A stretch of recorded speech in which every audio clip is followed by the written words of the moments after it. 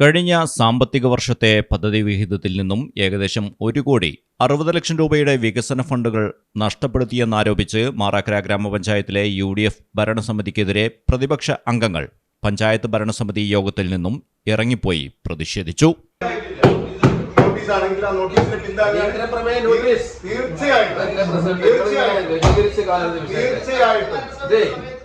ഭരണസമിതിയുടെ അനാസ്ഥ മൂലമാണ് പഞ്ചായത്തിന് ഇത്രയും തുക നഷ്ടമായതെന്ന് പ്രതിപക്ഷ അംഗങ്ങൾ ആരോപിച്ചു.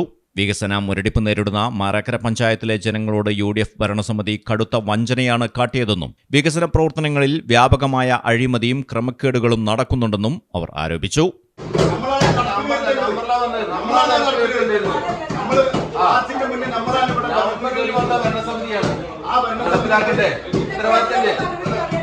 ഇതിലിപ്പോ യഥാർത്ഥ പ്രശ്നം 1,60 ലക്ഷം രൂപ കഴിഞ്ഞ വർഷത്തും നഷ്ടപ്പെടുകയാണ്. ഈ വർഷം അതിലേക്ക് വരുന്ന 90 ലക്ഷം രൂപ അതും നഷ്ടപ്പെടുക. അമ്പിച്ച നഷ്ടമാണ് മാറാക്കരയ്ക്ക്. ചെറിയ കാര്യമില്ല.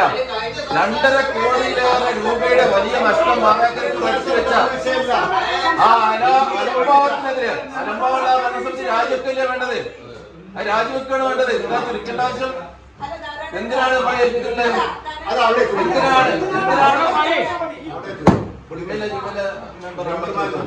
പിന്നെ ഈ നമ്മളെന്തിനാ തെരഞ്ഞെടുത്തുള്ളത്?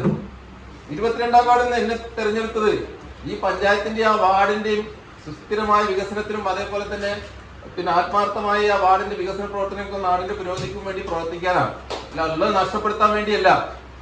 അപ്പൊ അതുകൊണ്ട് തന്നെ ഈ ഗ്രാമപഞ്ചായത്ത് ഭരണസമിതി ചെയ്തിട്ടുള്ളത് 1,60 ലക്ഷം രൂപ നഷ്ടപ്പെടുത്തുന്നതിലൂടെ ഭീമമായ നഷ്ടം ഗ്രാമപഞ്ചായത്തിന് ഉണ്ടാക്കുക ചെയ്യുന്നു. അതുകൊണ്ട് തന്നെ ഭരണസമിതിയുടെ ഈ കെടുകാര്യസ്ഥതയിലും ഈ പോരായ്മയിലും പ്രതിഷേധിച്ചുകൊണ്ട് രാജിവെക്കണം തന്നെയാണ് ഞങ്ങൾ പറയുന്നത്. അതെന്താ പോരായ്മ? അത് വേണം, ആ രൂപത്തിലേക്കുള്ള നടപടി വേണം.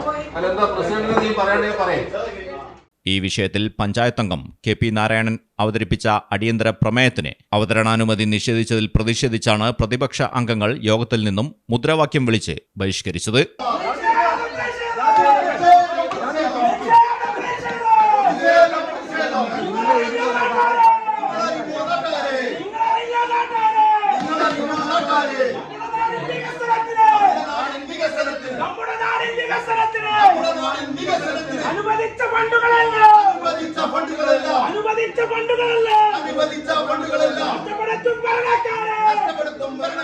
വികസന പിന്നോക്കാവസ്ഥ നേരിടുന്ന മാറാക്കരയിലെ ജനങ്ങളോട് UDF ഭരണസമിതി മാപ്പ് പറയണമെന്നും നഷ്ടപ്പെട്ട വികസന ഫണ്ടുകളെക്കുറിച്ച് ജനങ്ങൾക്ക് വ്യക്തമായ വിശദീകരണം നൽകണമെന്നും പ്രതിപക്ഷ അംഗങ്ങൾ ആവശ്യപ്പെട്ടു.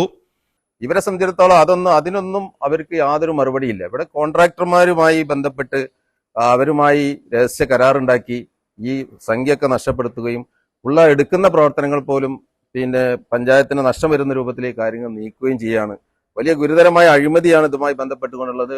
പഞ്ചായത്തും UDF ഭരണസമിതിയും കോൺട്രാക്ടർമാരും ചെന്നിട്ടുള്ള ഒരു അവിഹിത കൂട്ടുകെട്ട് ഈ ഗ്രാമപഞ്ചായത്തിന്റെ വികസനത്തെ തകർക്കുന്ന രൂപത്തിലേക്ക് ഇന്ന് വളർന്നു വന്നിട്ടുണ്ട്. അതിനെതിരായിട്ടാണ് ഞങ്ങൾ ഇന്നത്തെ ഭരണസമിതി യോഗം വാക്കൌട്ട് നടത്തി, പ്രതിപക്ഷം വാക്കൌട്ട് നടത്തിയിരിക്കുകയാണ്.